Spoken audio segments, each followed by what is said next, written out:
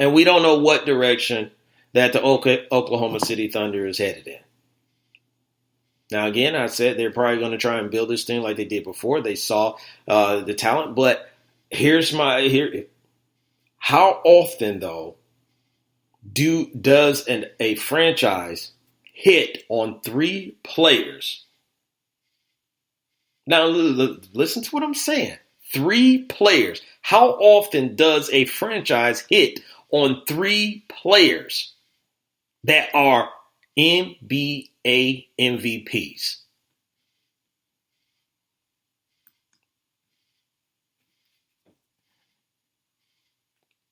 Exactly. Crickets. You're expecting to, if you're expecting to find that type of talent once again, then you are highly mistaken that if you think you can do that, all over again.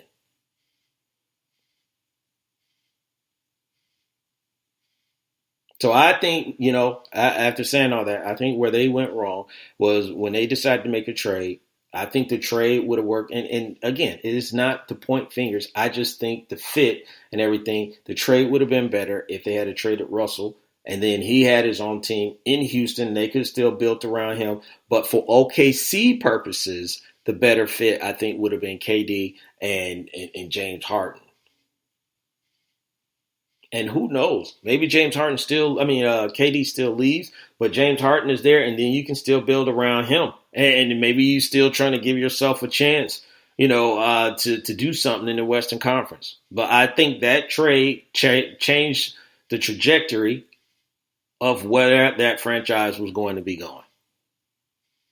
So that's just my thought. You listen to the Wait a Minute Show with your man, Jelani. JB Bodie is going down on a Wednesday night, and we are talking about sports.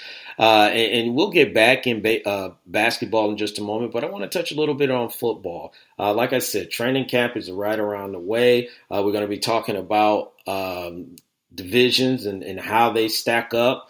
And we're going to start off by talking about a team in the division, and then we'll get to the division, but the New York Jets. The New York Jets signed free agent running back Le'Veon Bell.